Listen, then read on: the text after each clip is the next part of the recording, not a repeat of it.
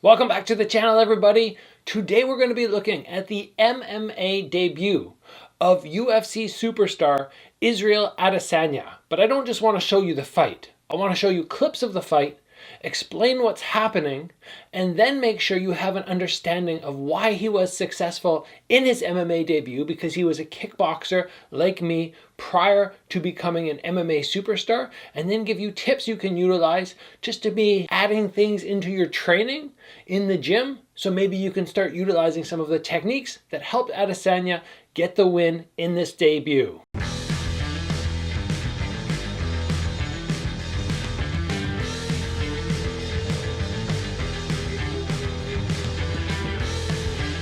So the reason we are covering MMA debuts is the other day I put out my MMA debut and I went through, showed you guys the footage and just talked you through what happened, the whole situation. And then I thought, wow, that was kind of fun going back at my fight, but it'd be really cool to look at other kickboxers, guys who are striking specialists who ended up making the transition to MMA. Now that's not going to happen for me. I'm not going to do the transition, but I still think it's very interesting. And when we look at the MMA debuts, we might see some insights into why these guys have been so successful or where they struggled because they still have a certain striking style which is sort of in line with that kickboxing Muay Thai style. Now I put out a poll and we're doing Adesanya first because he got the most votes, but I also had Jose Aldo, Conor McGregor, Alex Pereira, Wonderboy Thompson, all guys who have a good striking game and probably focused on that before they did the transition into adding the groundwork. But if you have somebody that you would like me to go over their MMA debut and share it with you on the channel, share my thoughts, make sure you throw it down below and I will try to add that in to a future episode. So right now, let's get to the Israel Adesanya breakdown of his MMA debut. And the first thing that we're looking at is he fights a guy whose record is 6-4. Now that's not a fantastic record, but that's a decent number of fights. That's quite a lot of experience in MMA as opposed to Adesanya, who has 0 MMA fights. Now, granted, by this time, he had a lot of kickboxing fights. It's not like he's stepping in with 10 or 15 kickboxing fights. He has more than that, but still a good difference in fight records. All right, here we go, rolling the fight. The first thing we're going to notice is a massive height difference between these two guys. As we move into the fight, we see Adesanya down fairly low, but good evasion to the low kick, and then a beautiful shuffle step into a left high kick. Now I want to pause right there because this is an important part of Adesanya's overall game, and it's not something we see loads of fighters do. The left high kick very often is accomplished with a switch. The feet jump and they switch. But Adesanya slides his foot up. He just simply brings one foot to the other to close distance and then places the kick up at head level. It's something that we don't see a lot of people do unless you have that Taekwondo or karate background. But if you have fast feet and you have a good snap at the end of your kick, you can definitely generate power with this. From here, we see Adesanya maintaining range nicely with that backwards motion. That's something I've always been impressed with him by, his ability to spring backwards very quickly and then nice evasion again and into the left high kick. So already we're seeing a bit of a pattern in the fact that Adesanya is very quick at getting out of range, whether it's his lower body or it's his feet actually moving. And then he can fire back that left high kick very, very quickly.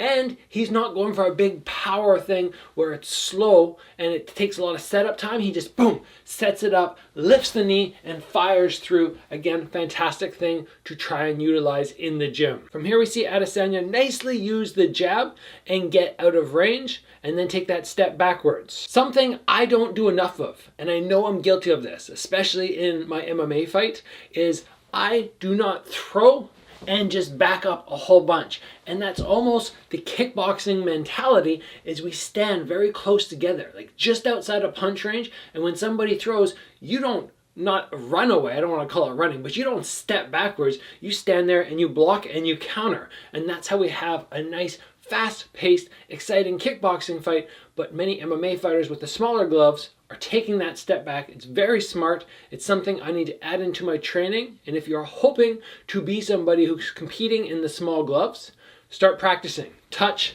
step back. Touch, step back, just like Adesanya. Once again, we see Adesanya do exactly what we're just talking about. Jab, back away, tries to set up that left kick, runs backwards very quickly. Obviously, we can tell what the game plan is.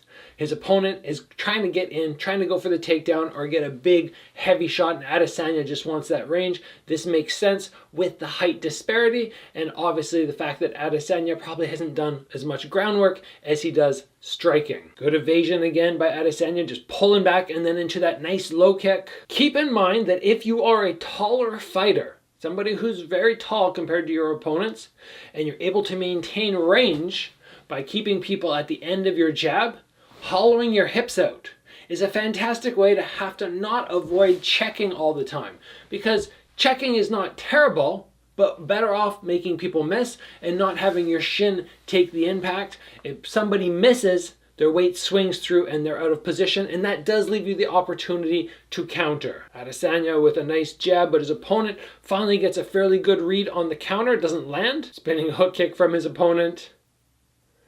Not even kind of close. Adesanya with a little fake again and a push off, maintaining nice distance. And then a crisp jab from Adesanya. Something that he's utilizing so well, especially with those small gloves, is just boom, straight up the middle. Boom, straight up the middle. Nothing fancy, not throwing combos on that. I mentioned in my fight that I was making the mistake of comboing up. And once you start comboing, Bibiano Fernandez, former ONE FC champion at bantamweight, I believe, told me that. He said, if you come forward and you combo up, people are going to shoot in and get under your arms. You want to throw, reset. Throw, reset. Adesanya doing a great job of showing exactly how it should be done. And from there, spinning back fist, a round kick comes through, misses, but Adesanya had an opportunity there to throw the spinning back fist, but he held it back. That could have been a big knockout. I absolutely love the technique. I was just teaching it to somebody in one of my Zoom privates the other day.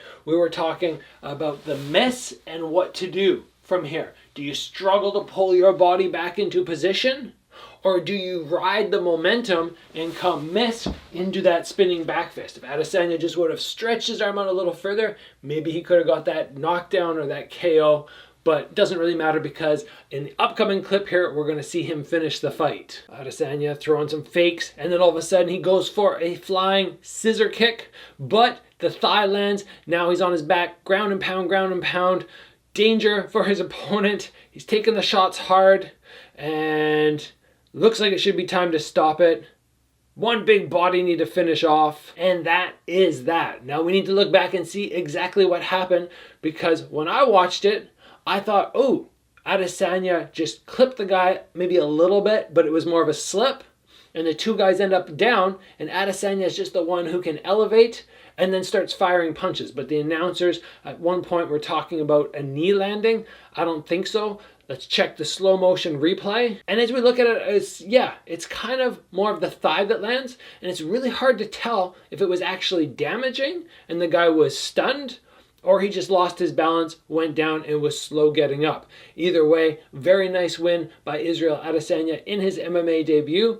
And of course, everything we talked about, you guys can keep in mind if you're thinking about having an MMA fight. The big thing that I noted was that left high kick, not power shotting it, but just flicking it up, is very dangerous. He's very good at hollowing out to avoid the low kicks. Nice crisp jab followed by backwards movement. That made him very sharp, very dangerous to get a hold on. And overall, of course, we can see even at this stage why he's become so successful, and he's now the UFC champion. Again, guys, remember, if you want me to cover other fighters' MMA debuts and do a breakdown of it, throw down below who you'd like to see, and I will get that video made. If you enjoyed today's breakdown, please give it a like. If you haven't already, join the channel and get subscribed for lots more content, lots of diverse content. We don't just cover fights. We do tutorials on techniques, workouts, fight psychology, all that kind of stuff. As always, guys, train hard, and I'll see you back here soon for another video.